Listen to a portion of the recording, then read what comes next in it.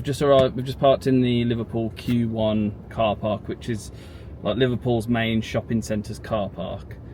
The hotel we're staying in tonight is the Hard Day's Night Hotel, which is the Beatles themed one, which I've always wanted to stay in. The only bad thing about it is that there's no on-site parking, so this is the closest car park. It's about a 4-minute walk away, and this is the one they recommend. If you are staying at the Hard Day's Night Hotel, you can email them for a code for this car park, and it gets you about 30% off. So we're staying here for 3 days, 2 nights, and it's come to about £51, about £51 for 3 days, which isn't terrible. It should have obviously been about £70–80. Yeah, like I say, it's quite convenient. It's only a 4-minute walk. I don't mind. Obviously, we've got a few hours to kill before we can check in, because check-in's at 3 o'clock, so we've got a good few hours. On the agenda today, we're going to go to Bagelry, which I've had a lot of the locals recommend to me, so we're going to go there, check that out. Then after that, we're going to go to the Liverpool Cathedral, because it's only about a 5-minute walk away from that. And then after that, I really want to go to the Philharmonic pub, which is quite an iconic pub in Liverpool.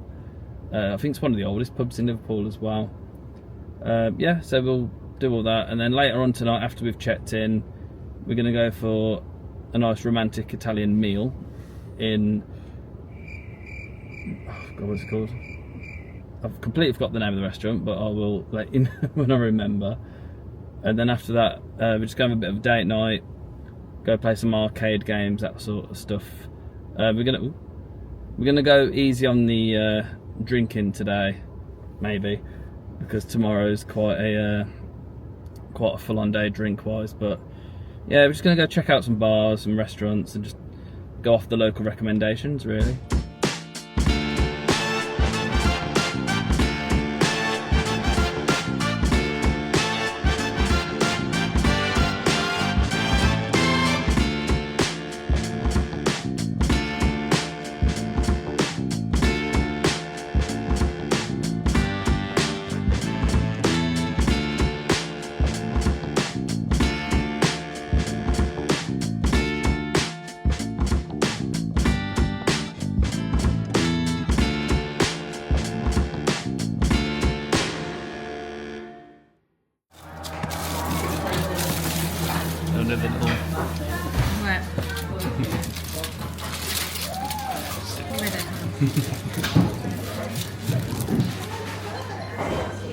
So what have you gone for there? The chicken pesto, and then I've gone for the steak and cheese. Looks banging. Alright, so we're on our way to the Liverpool Cathedral now, because we want to see that, because it's apparently the largest cathedral in the UK. We've just been to the Bagelry, which was recommended to me by a local. It's just in the Chinatown of Liverpool. It's on Nelson Street. It's about a 15-minute walk from the city centre. I ordered the cheese and steak bagel, and it came with like fried onions, peppers. Oh, it was absolutely banging, 10 out of 10. And then Amy, what did you have again? Chicken and pesto. Okay, so Amy had the chicken and pesto. What would you say was it? Did you enjoy it? Yeah, it was very nice. Very fresh. Yeah, it was a nice little vibe in there as well. They had all their own merchandise. They were selling like everything from like t-shirts to, there was even like a Liverpool shirt that had the Bagelry like printed on it. Yeah, it's just good vibes all around. Like, music was blasting, which is why I couldn't record much in there because I don't want to get done for copyright. But yeah, we'll just see when we get to the cathedral.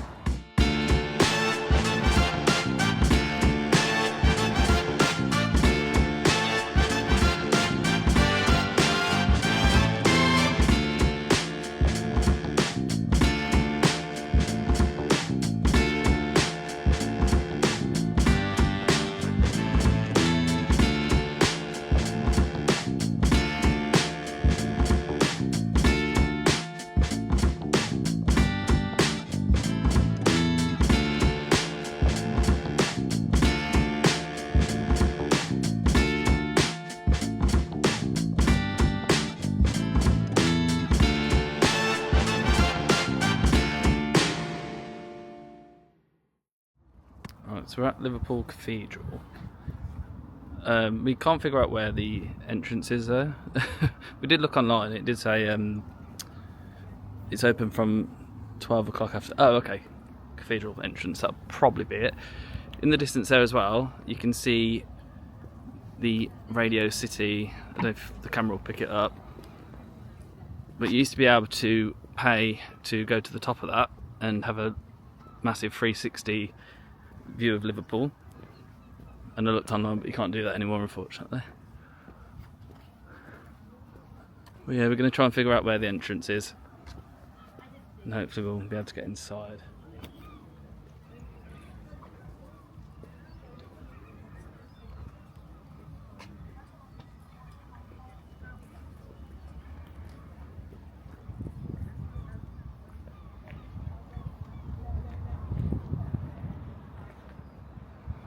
There we go, we finally found the entrance to it after about 10 minutes of searching. Yeah, you'd think it'd be obvious with the big doors and the big road leading up to it, but we struggled. Interesting fact about the cathedral, actually, Amy, I don't know if you know about this. Paul McCartney actually auditioned to be in the choir at this cathedral, and they actually rejected him because he couldn't read music, and they only wanted choir boys that could literally read music. I think in the end he went to a different cathedral, and they obviously accepted him, and then he went on to do all right things, didn't he?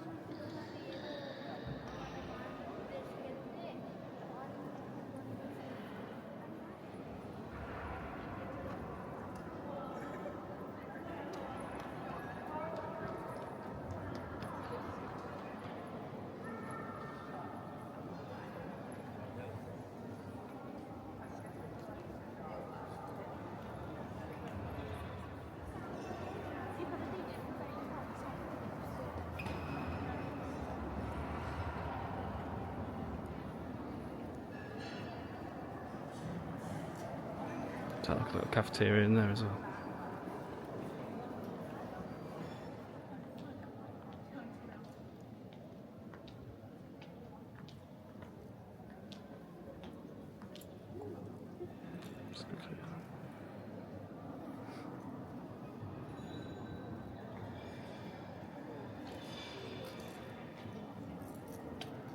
So there's a whispering arch here, so we should be able to hear Amy, even though she's the other side of the room.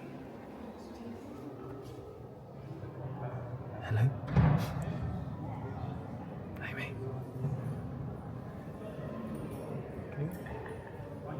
Hello, can you hear me? Speak then. Oh, okay, just about. Okay, we've just come out the Liverpool Cathedral, and just what you'd expect really, any other cathedral. It's obviously huge. What really threw me though, you go in and there's like neon lights in there, like below the stained glass windows, which just seems a bit too modern for like a cathedral. I don't know if that's just me. But you go in and there's like a board, and you don't have to, but you are sort of expected to donate. And it started off at £7, which to me I was like, that's steep. So it's a bit sneaky actually. There's like a little button at the very bottom of it that says edit amount. Like, I'm talking it very easily missable, but I mean luckily I saw it because I'm a cheapskate, and yeah, I press that and it lets you change the amount. And I donated £5. You know, I think that's, you know, I think that's fair enough just to have a quick wander around. But I didn't want to record too much in there though, because a lot of people are obviously praying, so I was just trying to record a little bit and be respectful. And then you had this thing called a whispering arch. So me and Amy were stood on the opposite sides of the room to each other, and basically the sound travels for the way the bricks are arranged, was it? So yeah, like Amy was whispering, even though she's to the other side of the room, and it was a bit muffled, but I could hear her. Anyway, now we're going to the Philharmonic pub because, again, I've heard like, a lot of locals have recommended this to me. Apparently it's a really sort of old-fashioned bar, and a lot of people like myself have only heard of it because on the Late Late Show with James Corden, Paul McCartney actually performed there. It was like a secret gig, and obviously as soon as one person caught wind of it, the whole place was packed out in seconds. That's only about an 8-minute walk from the cathedral, so we're just heading there now. We're going to have a quick pint in there, and then it'll be on to the next thing in the itinerary. Right, so we're walking towards the Philharmonic pub. We've just come across a bunch of what I'd describe as like bags of cases and guitar cases, all sorts.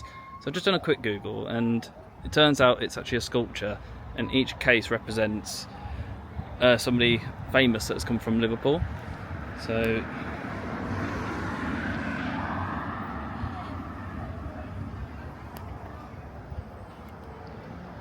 I can work out how to use this GoPro. Yeah, Sir Paul McCartney.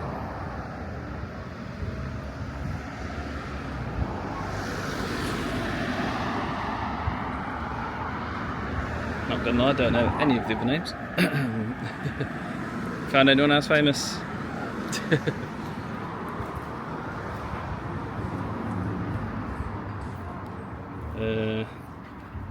I found Paul McCartney, so I thought there might have been a Cilla Black one. Although I know there's one on Matthew Street, she's got a statue, but oh, there we go, okay.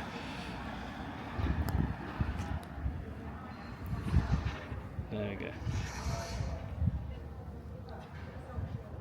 Yeah, so there's the Liverpool Philharmonic Theatre, and then opposite, literally on this corner here, is the Philharmonic dining rooms. Like an idiot, I was looking for the Philharmonic pub, but it's actually called dining rooms, and even if you're not eating in there, I think you can just go in for a drink. It's currently just after 1 o'clock, so definitely time for a pint.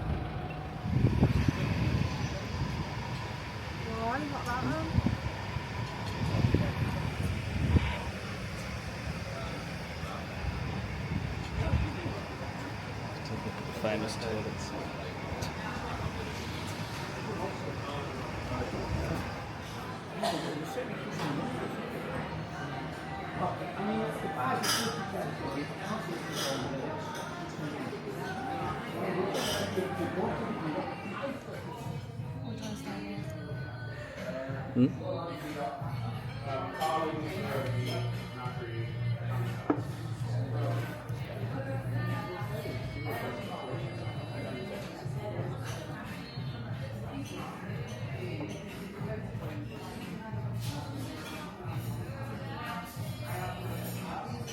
So just having a quick point in the Philharmonic, and like I was saying earlier, if you've ever seen the Late Late Show with James Corden and Paul McCartney, this was the room where they actually did the show.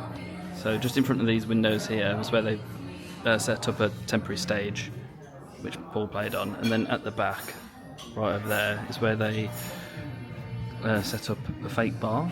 It was all for production purposes, and then over there was where the again, if you've seen the part of the show, it's where the lady went and put money in the jukebox, which determined what Paul would sing. So yeah, so I'm just gonna sync these and then move on. Okay, we've moved spaces because it was literally like a greenhouse in there. It was so warm, so we've come and sat by the door, so it's a bit cooler. It's only about like 23 degrees today. Anyway, Amy's gonna split a jig. She's gonna show you how it's done. So whenever you're ready, Bab. Okay. No pressure. My one subscriber might be watching.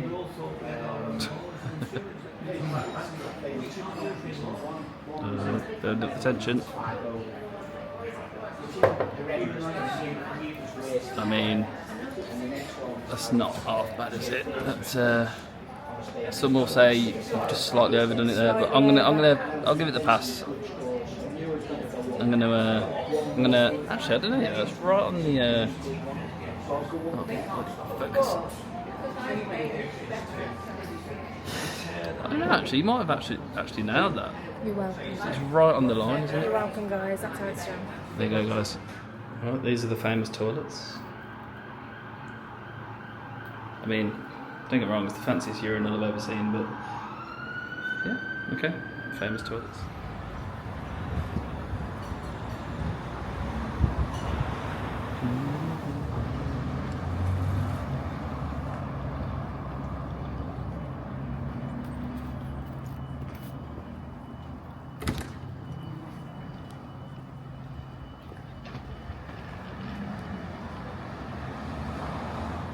So we're just walking back from the Philharmonic now, because it's almost time for us to check into our hotel. And we're staying at the Hard Day's Night Hotel, which I'm quite excited for really. I've always wanted to stay there. It's obviously Beatles themed, so yeah, this vlog's going to be very Beatles heavy, just to warn you in advance. But no, the Philharmonic was great. The only reason I wanted to go is because obviously Paul McCartney's played there in the past. Pints were about £6 each, so pretty reasonable to be honest. I've paid way more in worse pubs.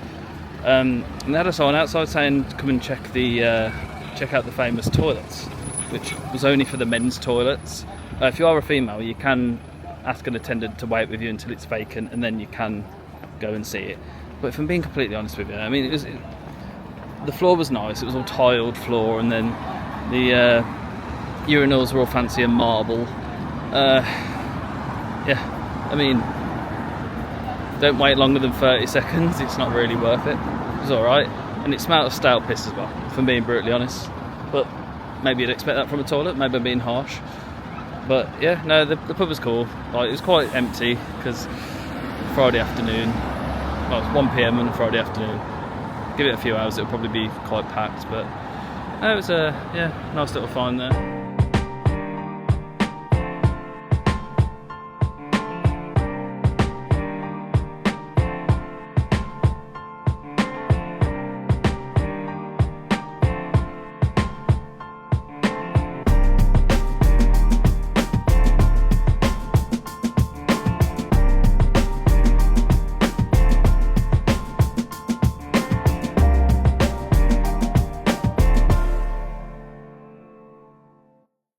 We've just arrived at our hotel. It's the Hard Day's Night Hotel, and as you can see, it's very Beatles themed, obviously. So you've got statues on the outside. You've got John Lennon, Paul McCartney, George Harrison, and Ringo, obviously down the end there. And then just down that alleyway there, that is Matthew Street, and that is literally the party street of Liverpool. That's where you've got the Cavern Club, the Grapes, all sorts of bars down there. Very touristy area, of course, but you know, when you're in Liverpool, it's got to be done. Then you've even got the guys on the front of the hotel there, so the entrance is right there.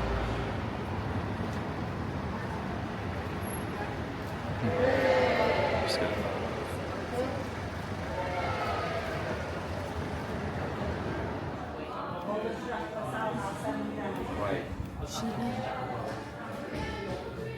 But each individual piece of paper's a different song as well.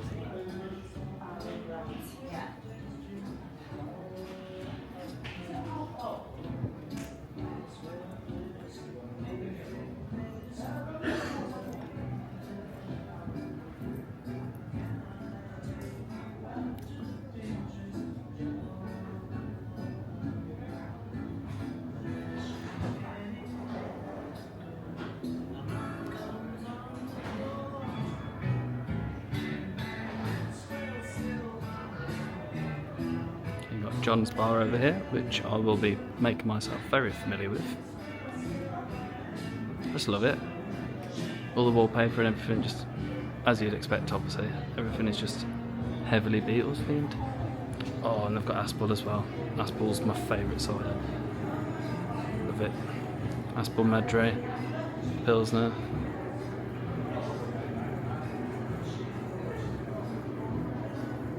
That's John's bar.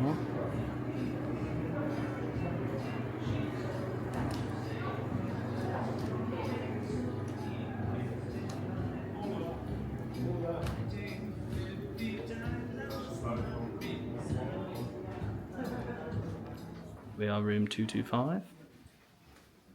Just love how even all down the stairs it's just all Beatles. Obviously it's not going to be the Rolling Stones.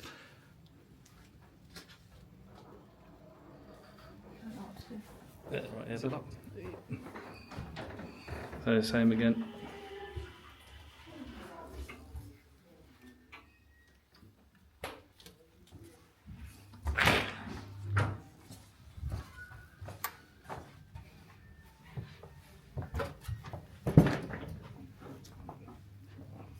Right, let's get the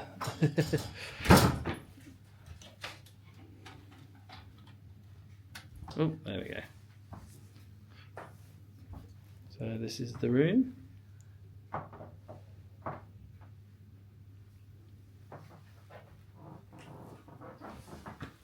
Let's see what the view's looking like. I've had better views. Sick. Ooh. What's this? Got a little bougie gift. Happy birthday. Have a wonderful... Wait, how did they know it was my birthday? With love from... Yeah, I love it. And there's a little gift here as well. What's do you want to open it, Bob? So Amy's obviously been sneaking, told him it's my birthday in a few days.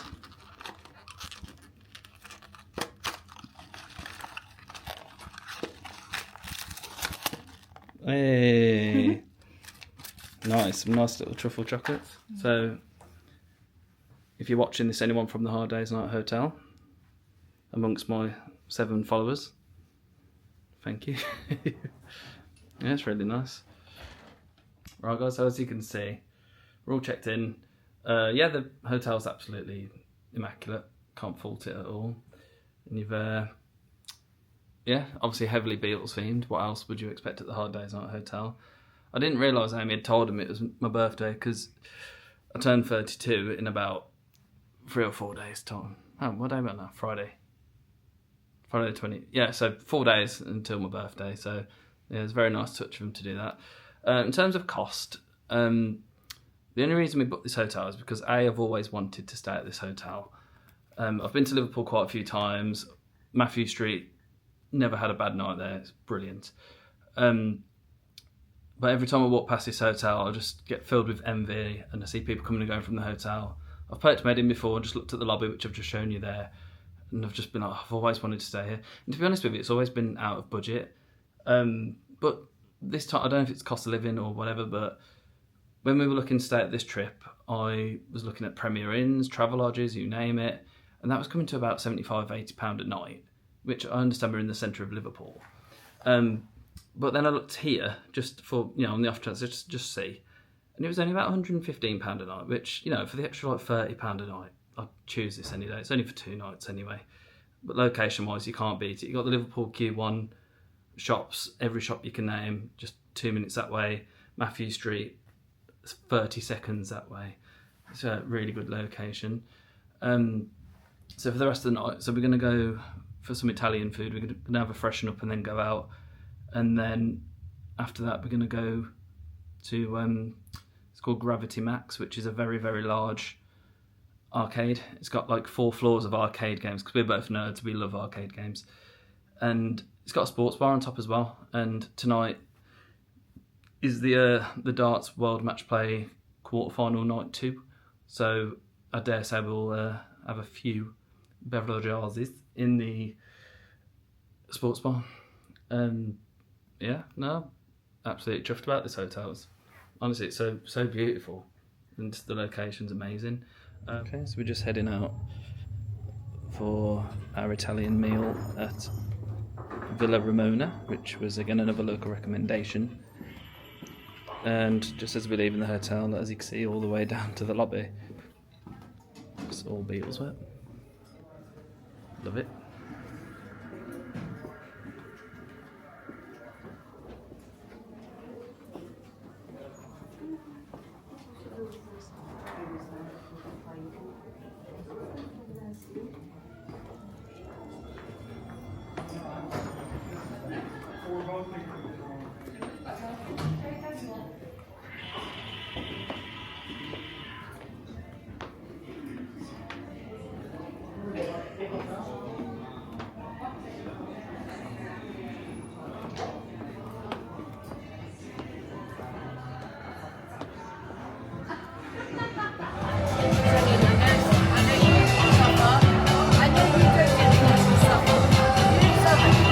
so we're at Concert Square. I'm going to try and talk as loudly as I can because the music's absolutely booming in here, and I don't want to be copyrighted or anything like that.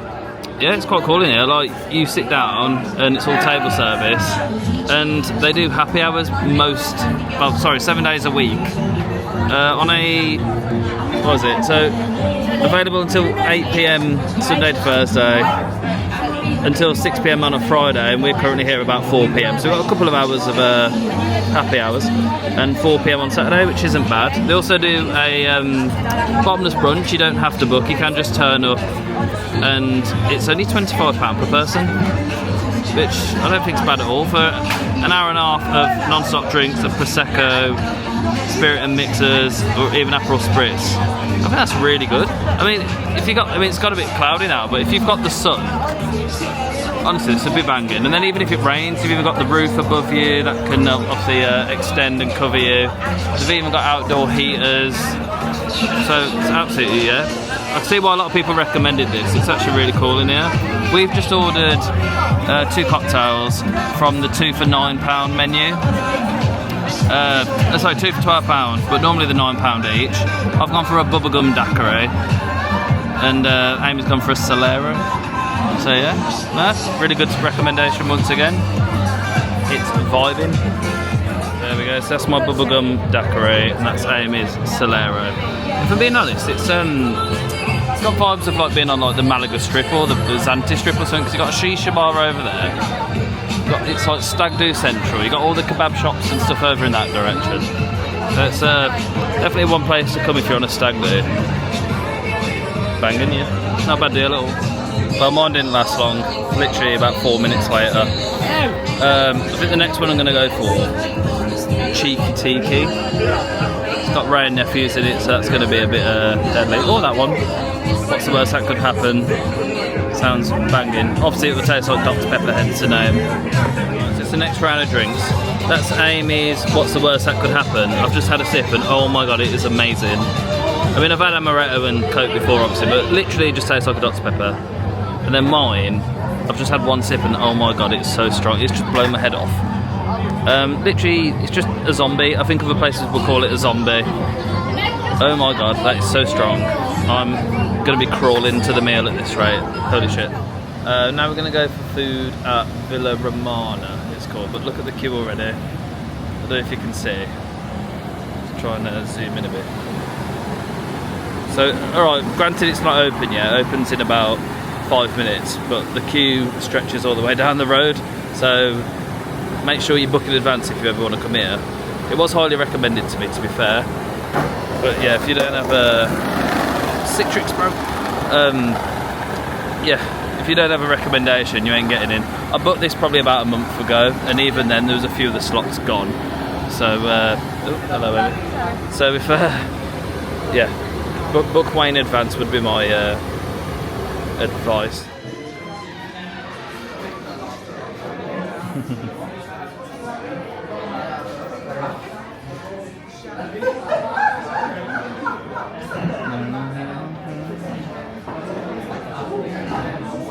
Got the mojito, Amy's got the Aperol Spritz. So for starters I've got the bruschetta, and Amy got the chicken pate. Right, so I've had the lamb cutlet and potatoes, that looks absolutely insanely good. Got some vegetables there, and what have you gone for? Ricotta cheese and spinach tortellini. It's banging.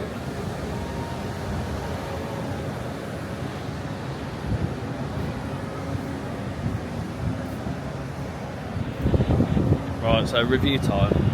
That was absolutely banging. 10 out of 10.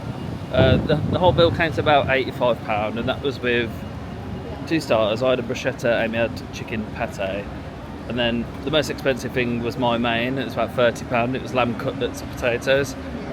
Absolutely, oh my god, it was incredible. The lamb was ridiculously tender, and you just had a pile of potato. I didn't even finish it, and I'm a big eater and I couldn't finish it, so I'm absolutely stuffed.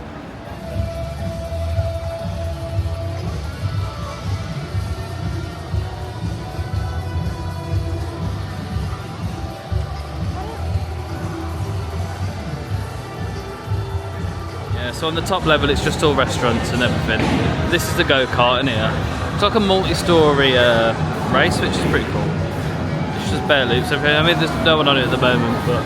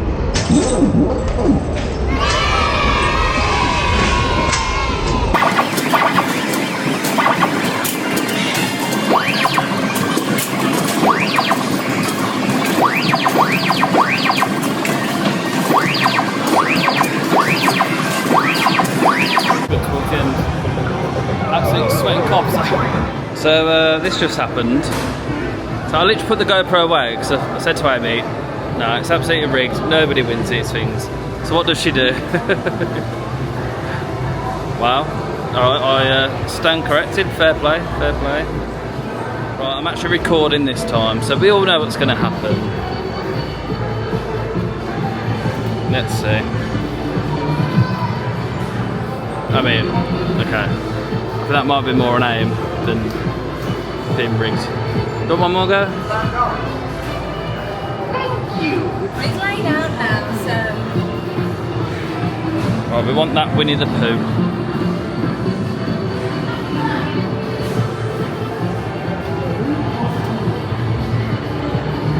Okay, that looks better.